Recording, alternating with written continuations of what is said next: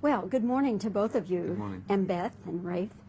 I'm happy to have this opportunity to speak with you about your roles in Schindler's List. Let's start with you, Rafe, because you are the baddest of the bad guys. You are the commandant. And I'm curious to know whether you knew anyone who knew him, or what kind of feedback you could get about this character you play.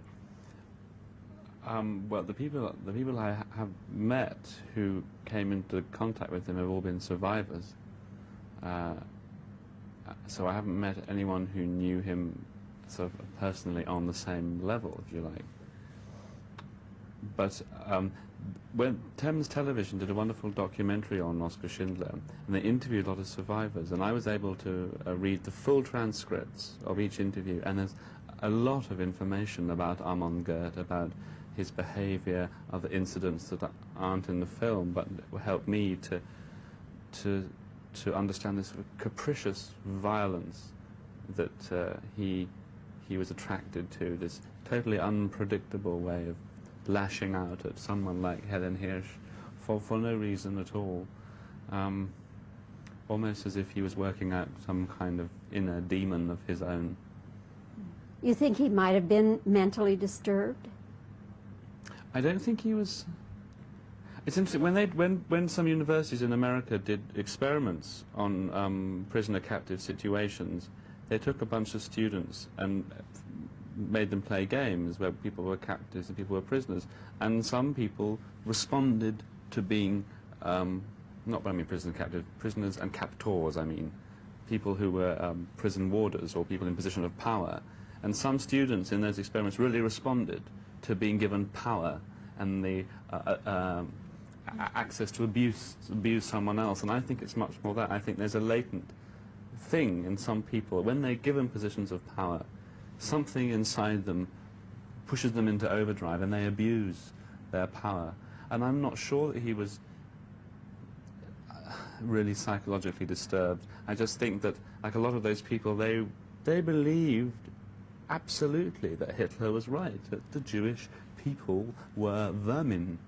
And this was something they totally believed in. They thought they were doing the right thing, and all around there's photographs of comparing an Aryan head to a Jewish head and how the Jewish head is much smaller and wrong, and all you know, and there were posters showing Jewish people equals rats, equals vermin, and so it was almost like you could almost say it's like our attitude to AIDS is now we want to stamp it on the head, it's this horrendous disease. You could almost say that the Nazis promoted the idea that the Jewish people were like he says it in the scene, they're like a virus, and they've got to take it seriously.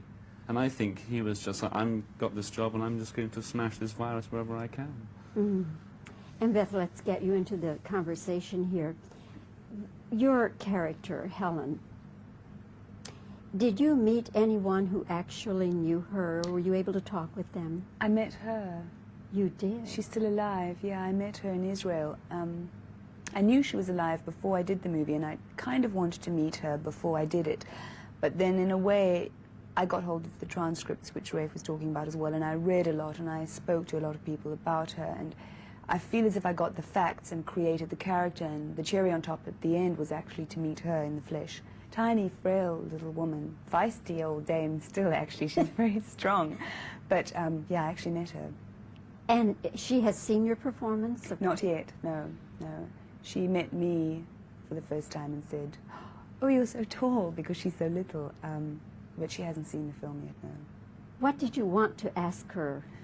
It's amazing. There were so many things at the time. I wanted to know the gory details. I wanted to know more. I wanted to hear the personal account. And then when I was in front of her, I really couldn't ask her anything. I tried, and I realized I was probing into something that really I didn't have any right to. I know what she went through, and I read the transcripts, and I read about the trial, and there was no need to put her through that, because I could see if she was willing to talk and if she wanted to, it would have been a different thing. It wasn't that she was unwilling, she was just reticent, and so I left it. The only thing I did want to know was, did her sister survive the war? Because in the book and in the transcripts, it was something that she was very caught up in during the war, more than her own survival really, was that her sister survived, and she said yes indeed that she had. So that answered something that I needed to know, and I left it at that. For you, here we are, two women, the things, those women, the indignities, not to mention the physical abuse, was almost more than I could take. For you, what was the worst thing that you had to portray as Helen? I'd really say that there were a few, but one of them that I'd single out would be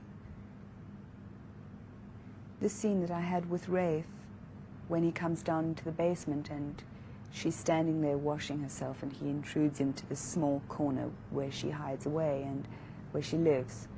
And not the beating, it's not the physical pain, it's his speech leading up to that, which is that you are not a person, you are not a human being, you are less than human. And that even in that, her physicality, her sexuality, the fact that she is a woman is the thing that torments him and drives him even into the further fury that he has where he beats her. And I don't know how you feel about this, but my feeling in it was a lot of the time that the beating was the consummation of the sexual thing that he had for her, which he couldn't carry out because she was Jewish. So it's a double thing, it's a double-edged sword in a way.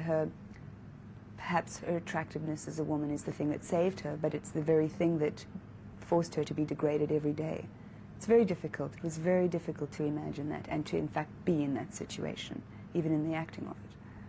Well, you both give magnificent performances, and Schindler's List is a film that I think people are going to be talking about and talking about and talking about, and that's good.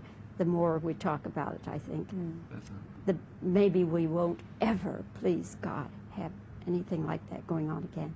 Thank you both. Thank I you very enjoyed much. talking. Thank you.